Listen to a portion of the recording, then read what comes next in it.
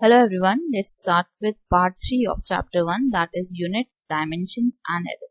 So in this video I am going to talk about order of magnitude and why do we need order of magnitude in physics, and we are going to discuss about significant figures. Now let's start with the first topic, that is order of magnitude. अब जब हम बात करते हैं order of magnitude की, तब हमें पता है कि हमारे पास कुछ ऐसी क्वांटिटीज होती हैं जो बहुत ज़्यादा बड़ी होती हैं और ऐसी क्वांटिटीज भी हैं जो बहुत ज़्यादा छोटी। तो उसके लिए फिजिक्स में हमारे पास ऑर्डर ऑफ मैग्नीट्यूड होता है और उसको हमें स्टडी करना पड़ता है कि हम बड़ी चीज़ों को छोटा करके कैसे लिखें। जैसे हमने क्लास 8 में भी सीखा था कि स्टैंडर्ड फॉर्म में कैसे लिखा जाता है, that is in the form of 10 raised to power any power. तो इसको हम बोलते हैं स्टैंडर्ड फॉर्म। स्टैंडर्ड फॉर्म सीखी थी, अब उसी के टर्म्स सीखने हैं कि उसको बोला क्या जाता है। जैसे अगर हम बात करें फिजिक्स में कि हमारे पास डायमीटर ऑफ सन होता है about 1.39 into 10 raised to power 9 metre. ये तो एक बहुत बड़ी क्वांटिटी हो गई क्योंकि यहाँ पे हमें क्या दिया हुआ, 10 raised to power 9। अगर मैं बात करूं डायमीटर ऑफ हाइड्रोजन एटम, तो हाइड्रोजन एटम का कितना होता है 1.06 into 10 raised to power -10 metre. अब देखो इन दो क्वांटिटीज में इतना ज्यादा फर्क है, एक चीज बहुत ही ज्यादा बड़ी है और एक चीज बहुत ही ज्यादा छोटी है। तो अब फिजिक्स में क्या होता है, हमें इनको डिफाइन करना होता है। अब देखो इस वाली क्वांटिटी में हमें क्या नजर आ रहा है कि हमें पता चल रहा है 10 raised to power 9 है। अब यहाँ से हम स्टडी करते हैं कि 10 raised to power 9 कहाँ पे है, गीगा के लिए यूज हो रहा है। तो इसको हम छोटा करके कैसे लिख सकते हैं, 1.39 गीगामीटर। अगर मैं बात करूं डायमीटर ऑफ हाइड्रोजन की, अब यहाँ पे हमारे पास 10 raised to power -10 मीटर तो कुछ नहीं है, तो हम क्या करेंगे, इसको कैसे लिखेंगे 1.06। अब इसको हमें बताना है nearest, that is 10 raised to power -9 की फॉर्म में। तो अब आप क्या करोगे, इसको हम बनाएंगे 10 raised to power -9। अब 10 raised to power -9 कैसे बनेगा, into 10 raised to power 1 and we have 10 here. अब इससे क्या होगा कि हमारा ये क्या बन गया, this is 10 raised to power -9 और 1.06 को कैसे लिख सकते हैं, we can write it as 0.106 into 10 raised to power -9 sorry. So now you can define it in terms of nano. So we can write diameter of hydrogen as 0.106 nanometer. So to make it easy, they have defined some terms or they have made some prefix to define bigger terms or the smaller terms. So for 10 raised to power 18, we use exa for any value, hexameter, hexakilogram. So for any value, you can use exa. Now we have 10 raised to power 15, it is peta. We have 10 raised to power 12, it is tera. 10 raised to power 9, giga. 10 raised to power 6, mega. 10 raised to power 3, it is kilo. Then we have 10 raised to power 2 as a hecto. 10 raised to power 1 as deca. 10 raised to power -1 deci. 10 raised to power -2 centi. 10 raised to power -3 milli. 10 raised to power -6। अब 10 raised to power -6 आपने class 10th में भी पढ़ा होगा chapter electricity में, तो वहां पे लिखा था that 10 raised to power -6 is known as micro ampere. तो अगर आपको याद हो मिली एम्पेयर भी पढ़ा था इवन, तो it is 10 raised to power -3। Milli ampere को अगर आपको मीटर में करना होता है तो we have to divide it with 10 raised to power -3 और 10 raised to power -6 for micro. So we have different terms for different 10 raised to power numbers. So 10 raised to power -9 is nano, 10 raised to power -12 is pico, 10 raised to power -15 is femto, then 10 raised to power -18 is atto. So these are the order of magnitude in physics, and we can define terms with the help of order of magnitude. Now we have to come to next topic, that is significant figures. अब significant figures क्या होती हैं? जो हमारी बहुत ज्यादा confidence से हम बोल सकते हैं that the measurement is this. अगर मैं आपको बोलूं कि मेरे किसी भी ऑब्जेक्ट की मेजरमेंट 25.7 है, तो मैं वो बिल्कुल परफेक्ट तरीके से और कॉन्फिडेंस से बोल रही हूँ कि it is 25.7, so then only we can consider them as significant figures. अब सिग्निफिकेंट फिगर्स बताने के लिए भी हमारे पास सात रूल हैं जो हमें करने हैं। मतलब अगर हमें निकालना है कि whether it is a significant figure और नॉट, तो उसके लिए हमें 7 अनदर रूल करने हैं, जिससे हमें पता चलेगा कि yes is it important figure और नॉट। सिग्निफिकेंट का मतलब ये होता है कि इम्पोर्टेंट है भी या नहीं इंफॉर्मेशन हमारे लिए। तो अगर मैं 25.7 बहुत एग्जैक्टली आपको बता रही हूँ कि हाँ ये 25.7 है, तो yes we have to consider all the numbers as significant numbers or the figures.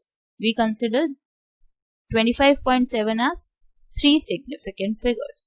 अब कुछ रूल्स हम इनके बारे में पढ़ते हैं, जिससे हमें और भी थोड़ी ज्यादा क्लियरिटी मिलेगी कि इसमें है क्या टॉपिक में। तो रूल्स, पहला रूल देखते हैं, all non-zero digits are significant. For example x equal 2587। अगर यहाँ पे आपकी बात हो रही है 2587, ये सारे नंबर कैसे हैं? Non zero. यहाँ पे कोई भी जीरो नहीं है नंबर हमारा, तो इस वजह से हम ऐसे नंबर्स को क्या बोलते हैं? सारे सिग्निफिकेंट है। 2587 बोला, सारे नंबर हमारे लिए सिग्निफिकेंट है, नॉन जीरो होने चाहिए बस। जैसे अगर मैं बात करूं कि मेरा नंबर 356 है, so it has 3 significant figures. कोई भी नॉन जीरो है, मतलब सारे ही नॉन जीरो हैं, तो इस वजह से हम सबको कंसिडर करेंगे as a important figure, significant figure. Second पढ़ते हैं, the zeros appearing between 2 non-zero digits are counted in significant figures. For example 6.028। अब देखो यहाँ पे ये हमारा नॉन जीरो, 6 नॉन जीरो है, 2 नॉन जीरो है, इसके बीच में जीरो आया, then it is a significant figure. कोई भी नंबर्स के, नॉन जीरो नंबर्स के बीच में जीरो होता है, तब हमें उस जीरो को सिग्निफिकेंट लेना होता है। अगर मैं बात करूं that I have a number 305, so we have 3 significant figures in it. 3 भी सिग्निफिकेंट है, 0 भी सिग्निफिकेंट है, 5 भी सिग्निफिकेंट है। अगर मैं बात करूं 308, again we have 3 significant numbers. Why? Because we have non-zero digits and उसके बीच में हमारे पास जीरो आ रहा है, तब भी हमारे जो significant figures होंगे वो क्या होंगे? 3 होंगे। नेक्स्ट करते हैं, the zeros located to the left of the last non-zero digit are not significant. अब देखो यहाँ पे जो हमारे जीरोस लगे हैं नंबर के आगे लगे हैं, तो इस वजह से इनको हम सिग्निफिकेंट नहीं मान सकते। इनको हम बोलते हैं लीडिंग जीरोस। लीडिंग जीरोस मतलब जो नंबर के पहले लगे हुए हैं, तो कभी भी उनको आपने सिग्निफिकेंट नहीं लेना। जो सिग्निफिकेंट है वो कौन से हैं? 4 and 2। जो नॉन जीरो हैं they will be considered as significant. जो लीडिंग जीरोस हैं वो हमारे लिए सिग्निफिकेंट नहीं है।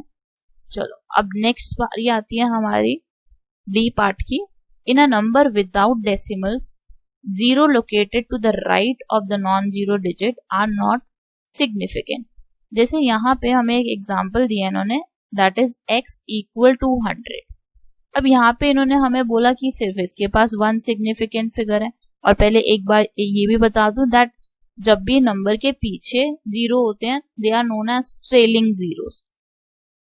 तो यहाँ पे सिर्फ हमारे लिए क्या होगा? ये सिर्फ एक सिग्निफिकेंट फिगर है, दैट इज 2, क्योंकि यहाँ पे हमें कोई वैल्यू दी हुई है, यहाँ पे हमें कोई लेंथ या कुछ यूनिट नहीं दिया हुआ, सिर्फ और सिर्फ हमारे लिए ये क्या है? वैल्यू है x इक्वल्स टू 100।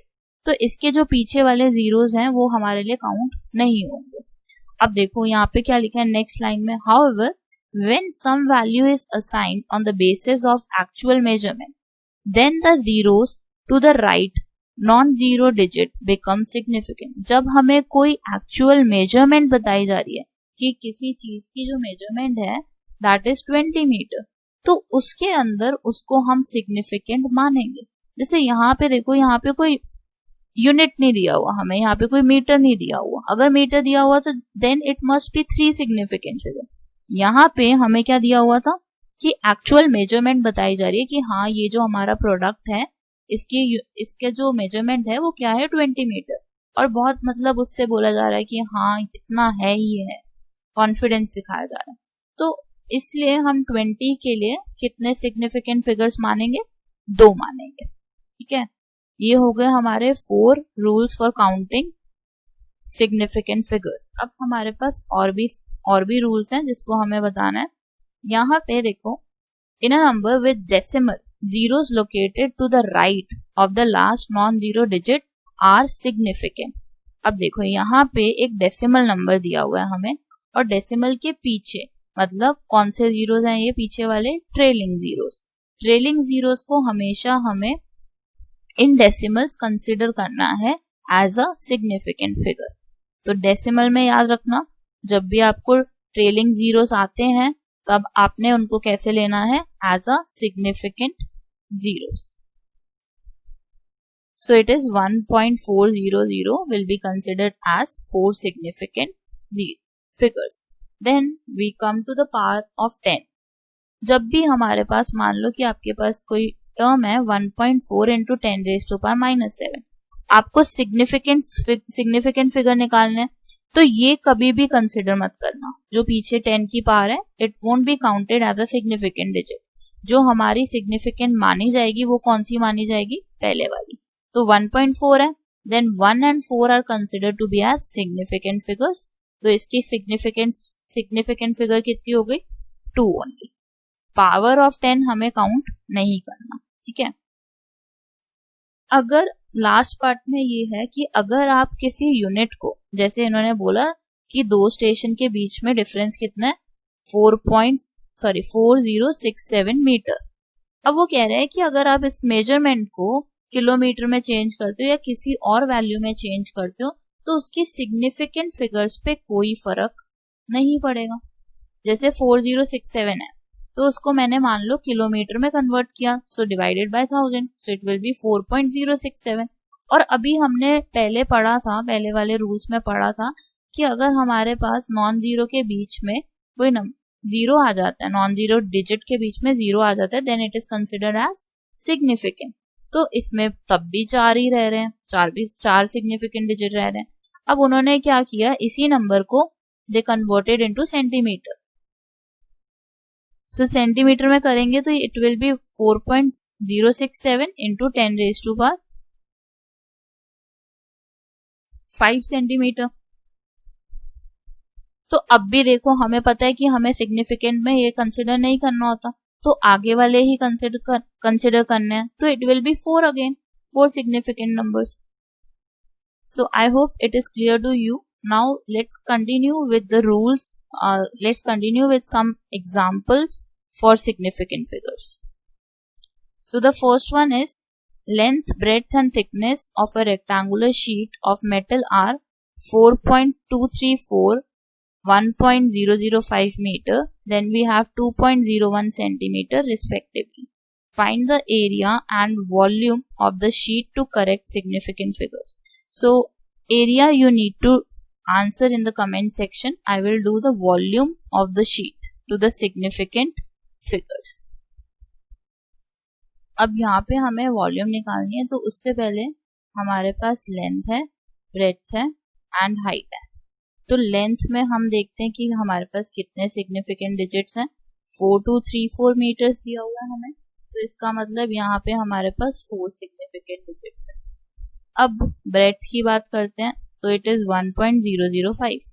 अब देखो इसमें रूल यूज हो रहा है और यहाँ पे हमारे पास नॉन जीरो डिजिट्स हैं, दैट इज 1 and 5, और उसके बीच में 0 है, तो इसका मतलब ये तब भी हमारे लिए सिग्निफिकेंट ही रहेगा। अब हमारे पास हाइट है, हाइट में हमारे पास 2.01 है, तो इट हैज 3 सिग्निफिकेंट डिजिट्स। तो इसका मतलब जो हमारा आंसर होना चाहिए उसके अंदर कितने सिग्निफिकेंट डिजिट्स होने चाहिए, it should have 3 significant digits. यहाँ पे हमें ये सेंटीमीटर में दिया है, तो we have to convert this into meters. So it will be 2.01 into 10 raised to power minus 2 meter. Now we need to find the volume. So it is L into B into H. So it is 4.234 into 1.005 into 2.01 into 10 raised to power minus 2 meter cube. Now when I solve this, I get answer as 8.5528 into 10 raised to power minus 2 meter cube. Now we need to write the answer in 3 significant digits. So it will be 8.55 into 10 raised to power minus 2 meter cube. So the right answer is 8.55 into 10 raised to power minus 2 meter cube. Now moving to next. It is given that the volume of sphere is 1.76 centimeter cube. The volume of 25 such spheres taking into account the significant figures is. तो अब देखो volume of sphere के कितने significant figures दिए हुए हैं, हमें 3 दिए हुए हैं.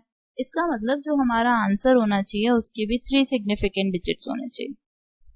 तो अब देखते हैं, हमारे पास हो गया 1.76 is volume of one sphere. अब 25 की बात करें तो 1.76 इंटू 25. अब जब ये सॉल्व होगा तो आंसर आ रहा है 44 सेंटीमीटर क्यूब. बट अगर मैं इसकी बात करूं 44 की, तो इसके पास तो सिर्फ 2 सिग्निफिकेंट डिजिट्स हैं. तो इसका मतलब ये तो आंसर नहीं हो सकता, ये भी नहीं हो सकता. हमें चाहिए ऐसा नंबर, वॉल्यूम निकालना है और ऐसा नंबर चाहिए जिसमें 3 सिग्निफिकेंट डिजिट्स हो. अब देखो पहले वाला भी देखो, पहले वाले में यहाँ पे हमारे पास कौन सा टाइप ऑफ जीरोस है, लीडिंग जीरोस है, तो ये तो कंसिडर नहीं करे जा सकते. Again the first answer is 44, मतलब कि इसके पास कितने सिग्निफिकेंट डिजिट्स हैं, 2 हैं. लेकिन अगर मैं बात करूं बी वाले की, तो इसके पास कितने हैं, 3 सिग्निफिकेंट्स हैं, क्योंकि 44.0 ट्रेलिंग जीरोस हैं, तो we have to count it as a significant. तो आंसर हमारा क्या हो गया इसका, B part. Let's do another. So in this case we are given with mass. We are given with 5.74 gram of a substance occupies 1.22 cc. cc is in volume and 1.74 gram is mass. Find the density. Density we know is mass over volume. अब बात करें मास की, तो मास का है 5.74. अब इसको change करना है तो 3 सिग्निफिकेंट्स, मतलब हमारे पास 3 सिग्निफिकेंट डिजिट्स हैं. अब वॉल्यूम की बात करें तो हमारे पास 1.2 cc दिया हुआ है, इसका मतलब 2 सिग्निफिकेंट डिजिट्स हैं हमारे पास. अब हमें निकालना है डेंसिटी. तो डेंसिटी कैसे निकलेगी, mass that is 5.74 over volume that is 1.2. 5.74 को डिवाइड करेंगे 1.2 से, सो इट विल बी 4.78. बट हमें क्या चाहिए, हमें आंसर चाहिए अपना 2 सिग्निफिकेंट डिजिट्स पे. So we have to convert this number और round off this number to 2 significant figures. So for that we have to see this number. This number is 8, means more than 5. So you need to round up the number before it. So it will be 4.8 gram over cc.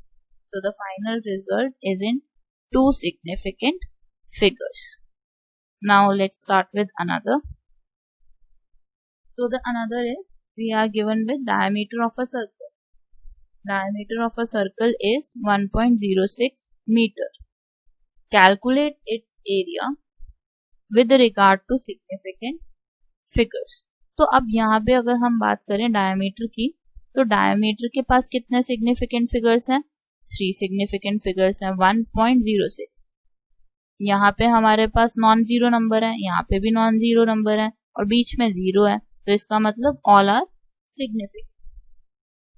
And diameter is 1.06 metre. अब area of circle निकालना है, तो area of circle क्या होता है वैसे हमारा, पाई are square.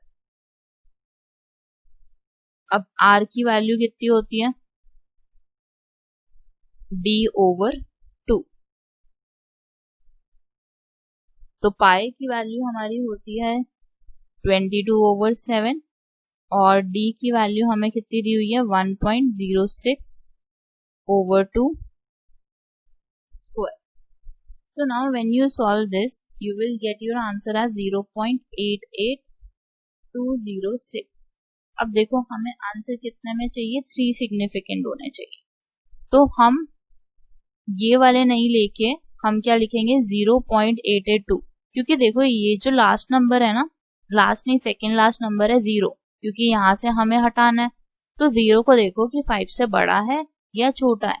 तो 0 तो छोटा है 5 से, तो आपने क्या करना है, इस नंबर को एग्जैक्ट ही रखना है. अगर 5 से छोटा है तो it will B 0.882 meter square. So this is area of circle in terms of its significant figures. Let's start with example 5. So example 5 is a substance of mass 5.74 gram occupies a volume of 1.2 centimeter cube. Find its density with due regard to significant figures. So this is exactly same as example 3, but the difference is on the basis of units. That's all. The answer would be same, but the units would be different. So it will be, answer will be 4.8 gram over centimeter. So this is the answer for question number 5. Let's start with question number 6. So here we are given with M1 and M2.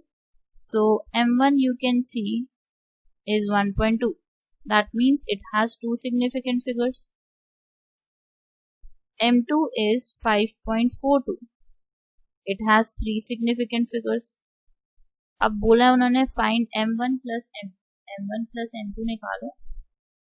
अब देखो यार, अब 2 बड़ा है यहाँ पे या 3 बड़ा है, 2 बड़ा है या 3 बड़ा है, तो यहाँ पे 2 छोटा है हमारा. तो हमारे पास जो हमारा आंसर आना चाहिए, it should be in 2 significant digits only. तो अब ऐड करते हैं M1 plus M2 को, बट यहाँ पे देखो यूनिट्स अलग अलग है, एक kg में है एक ग्राम में है. तो आपने क्या करना है, kg वाले को ग्राम में कन्वर्ट कर लेते हैं. तो it will B 1.2 into 10⁻³ grams. Now when we add this, it is 1.2 into 10⁻³ plus 5.42. अब 1.2 into 10⁻³ को कैसे लिख सकते हैं, 1200. तो 1200 के अंदर अगर आप 5.42 ऐड करोगे, then it would be 1205.42 grams. अब हमें आंसर किस में चाहिए, हमें चाहिए 2 significant digits में. तो अब आपने क्या करना है, अब आपको इसको चेंज करना पड़ेगा using round of. So it will B 1200 grams. इसका मतलब हमें आंसर अपना मिल गया M1 plus M2 will be 1.2 kg or 1200 gram, and you can see that it has only 2 significant figures. Whether you use 1200 gram or whether you use 1.2 kg, क्योंकि अगर हम change कर रहे हैं, अभी हमने लास्ट रूल पढ़ा था कि अगर हम चेंज कर रहे हैं अपने यूनिट को एक से दूसरे में, then there won't be any effect on its significant figures. So the answer is 1.2 kg or 1200 gram. So this is the last one, and thank you for watching this video. Please like, share and subscribe to my channel. Thank you.